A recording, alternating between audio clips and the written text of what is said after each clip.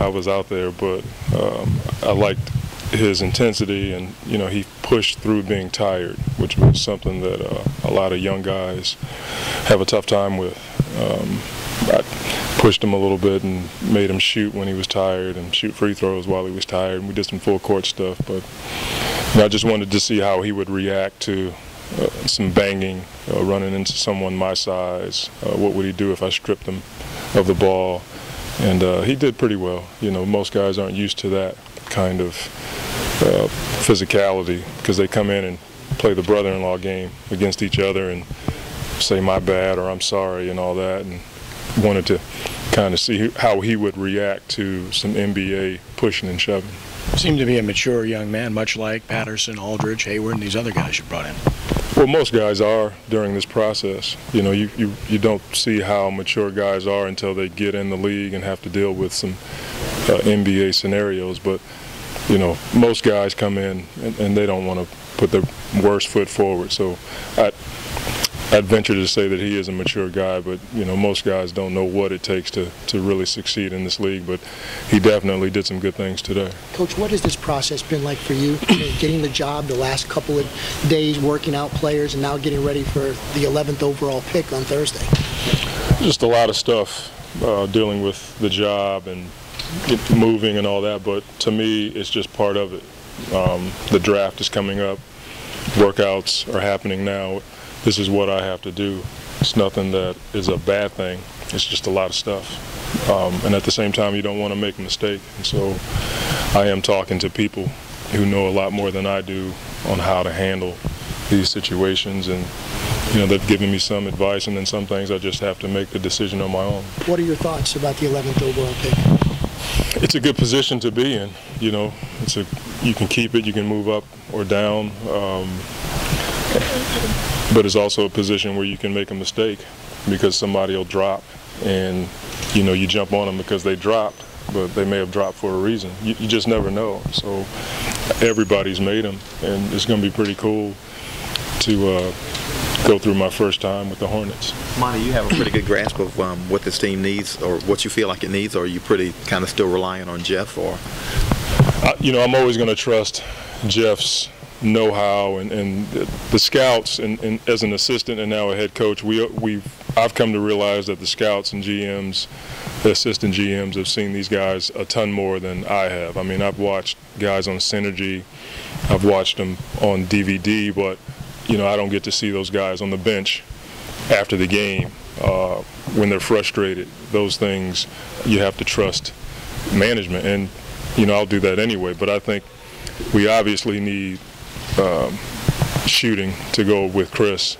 and David. Everybody wants that. Everybody wants size. But I think we do need some youth around here to continue to push our vets. Do you see Babbitt as a 3, or could he play the 4 if necessary? I think in the league now, guys can morph into a lot of things. I think he could morph into some 4. But I think right now, with his size and the way he handles and his skill set, he can play 3 in this league. And if he gets faster, he'll be able to chase some 2s. But right now, I think his best spot is a 3. But in a pinch, if he's playing against a Channing Frye or someone like that, you could put him at the 4. Cleveland Report has you hiring Coach Malone from there. Could you comment on that, or are you ready to talk about your staff at all? No, we're going to wait until hopefully the first week of July and unveil, so to speak, everyone at one time. I've talked to a number of guys. Mike is a guy that I've talked to, but we haven't signed or made anything solid yet, and so we're just going to wait until the first week of July. Right now, the goal is to get through these workouts and handle the draft. Babbitt worked out by himself. Should we read anything into that, or is that more, we asked Jeff about that, as a scheduling deal? Do y'all want to see him by himself? And I guess why just the solo workout? No, I think it's just a scheduling thing. A lot of agents, I think, they have scenarios that they want to put their guys in. Some want to keep them out of certain scenarios. It was to his benefit today to go against me. Probably made him look a lot better, but he did a great job, but I wouldn't read anything into him being by himself. When I came out in the draft, I think I had 2 or 3 workouts where I was by myself and those teams didn't pick me. So, I wouldn't read anything into that. How hard is it to balance? You talked about having youthful players and bigs, but the fact that you were a wing player, do you maybe have an affinity for wing players, guys your size that maybe had a similar skill set to you? Now, I think point guards and bigs have that. I think wing guys are just like, give me the best player, and if he can help us win games, I'll take him. You know, he could be a big or a small, it doesn't matter to me, but having been a wing player, there's some things that I can see in his game that he has or something that he doesn't have. And, you know, I talked to him about that during the workout, but then I don't have an affinity for wing guys. With the team defense improvement being the goal, are you at all apprehensive about prospects who supposedly have a weakness on defense? I wouldn't say it's something I'm happy about, you know, or overjoyed about having a guy who can't defend or is suspect, but at the same time, it'll be my job to put him in spots where he can get better and teach him as best I can through film and individual study. You know, a lot of guys, Ray Allen wasn't a great defender. Milwaukee, Seattle, any of those spots. And now in Boston, you know, he's chasing guys around screens, getting charges. You know, he's playing great defense. He played great defense on Kobe, you know, as best he could. So a lot of guys who don't have a reputation for being a defender, if they get in a good system, they can get better. It's easier to teach defense than shooting. No, I don't think so. I think they both are hard. You know, a lot of guys can shoot in the gym when there's nobody in here, but once you know, it was one thing I struggled with. I could shoot all day in practice and, you know, wasn't as consistent as I would have wanted to be in games. I think guys, you know, struggle with that also. But defense, the way the league is now, you have to play team defense. The better our team defense is, again, like guys like Ray Allen, you know, Rondo helps him out so much because you have a guy right behind you who can help you.